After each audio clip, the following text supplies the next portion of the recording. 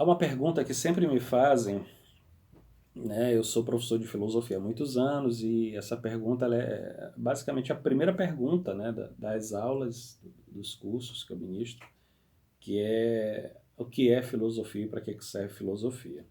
Bom, primeiro a filosofia ela não tem essa serventia, né? Ela não se prestaria a isso, ela não se coloca como uma espécie de...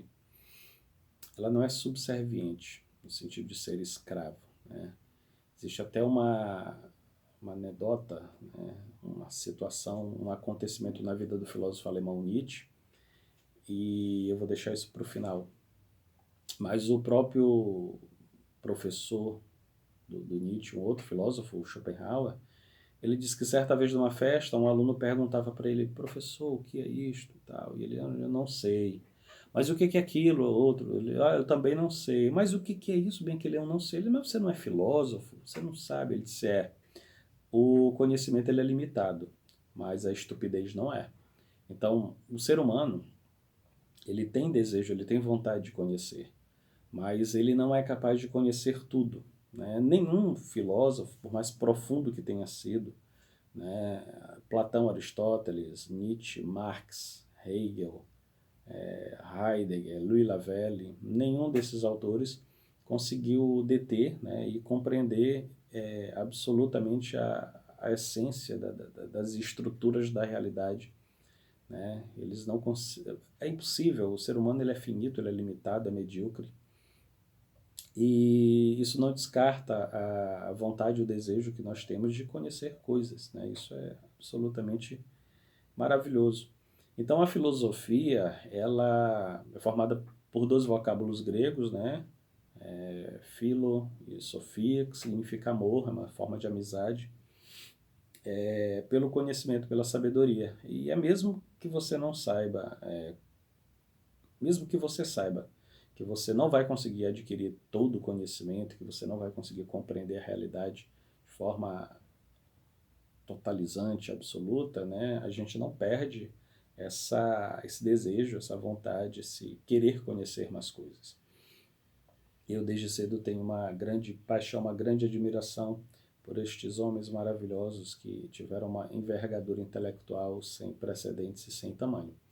E aqui eu estou com um livro na minha frente, né, uma obra de um filósofo brasileiro, né, provavelmente o maior filósofo que já existiu no nosso país, foi o Mário Ferreira dos Santos, e o nome do livro é Convite à Filosofia. É uma página e meia, como eu estou com o livro aqui na minha frente, eu vou fazer a leitura explicando algumas coisas para que você entenda melhor o que é filosofia. Diz o Mário o seguinte: em suas longas e demoradas especulações, através dos séculos, tem o homem constantemente perguntado. E as respostas às magnas e mais importantes perguntas levaram-no a formular outras que, se algumas vezes satisfizeram alguns, não satisfizeram a todos, e por sua vez provocaram novas perguntas. Então, o que o Mário diz aqui no começo é que o ser humano ele sempre perguntou e ele sempre quis saber, né? E que uma pergunta acabou que por vezes inevitavelmente levou, né, para outras questões, para outras perguntas. Continua o texto. Perguntou o homem sobre si mesmo: quem sou? De onde vim? A antropologia procura responder-lhe essa pergunta.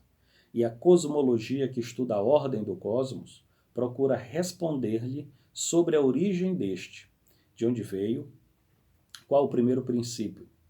E vem então a teologia, a ciência das coisas divinas, para discutir as razões e motivos a favor ou a desfavor da crença de Deus, o ser criador. E se Deus existe, por que existe o bem e o mal? Por que não é diferente o mundo? E dessas perguntas surge uma outra disciplina, a teodiceia, teo de Deus e de que significa justiça em grego. E a quem cabe responder se há ou não justiça no mundo. É essa disciplina que vai responder. Como sabemos? E vem então a gnoseologia para explicar o conhecimento. Como se dar o saber culto? E eis então a epistemologia, que estuda o saber das diversas ciências. E como formou o homem e sua inteligência?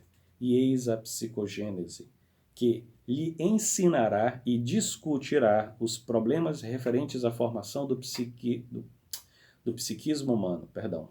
E sobre esse espírito criador surge então uma outra disciplina, a noogênese, que estuda a gênese do nous, do espírito, e finalmente a noologia, que é a ciência do espírito.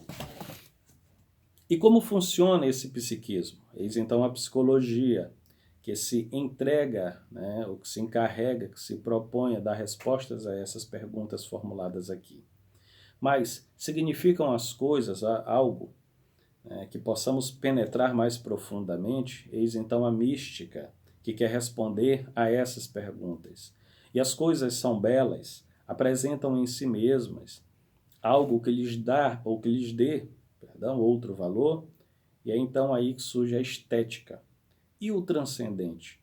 Poderemos alcançar o que está além de nós, além da nossa experiência? Eis então a metafísica geral e a ontologia. E como se dão os fatos no universo? E temos a ciência, que procura explicar o nexo do acontecer dentro de si mesmo, em sua imanência, no que emana, do que mana dentro de si, nas coisas experimentáveis. Como medir os fatos e contá-los? Surge então a matemática.